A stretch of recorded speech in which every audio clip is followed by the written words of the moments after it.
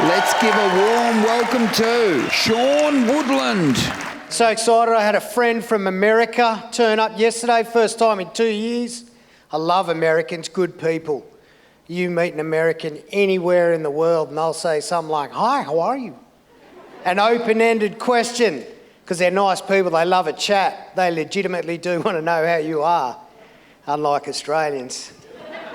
We are way too smart for that. We've worked out what to do. We say something like, "How you going, mate? Good?" We give you one choice, don't we? Not only do we not care how you are, we definitely don't want you to tell us about it, do we? Because we've all worked with someone like that, haven't we?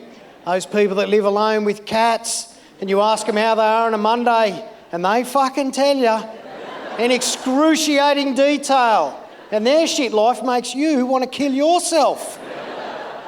Even allowing for the pandemic, some people love the misery, don't they? They just can't help it. I had a mate, I hadn't spoken to him for 2 years. He rang me up the other day, saw his name pop up on my phone, Phil Beauty. I'm like, "G'day, mate." He goes, "I'm just ringing to tell you that I've been doing a little bit tough lately." I'm like, "That's really sad, mate.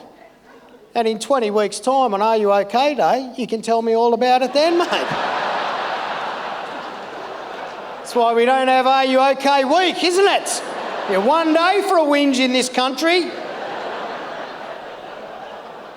Oh, man, I've still got PTSD for homeschooling, I tell you. Who had to homeschool their kids? It was bullshit, wasn't it? You learn about your kids' educational prospects, though, don't you? Jeez, and I learned about mine. The only way either of my two will ever get into university is through a fucking window. That was the worst thing I've ever had to do in my entire life, homeschooling my kids. I would go as far as to say that if I ever have to homeschool my kids again, there could be a homeschool shooting.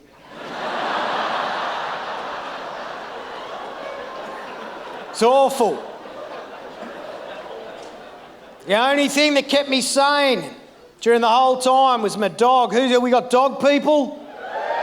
They're the best, aren't they? This was the first love of my life. That was Dudley, a white English staffy.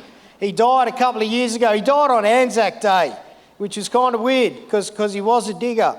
And he did kill a turkey once too, so there you go. But my wife got me a new one. She got me a black staffy, but this one was a rescue. The thing about a rescue dog is that people got rid of it for a fucking reason, didn't they? This one wasn't free to a good home, this was free to any home. And we ended up with her. But dogs are expensive now, aren't they? You can pay $3,000 for a sausage dog.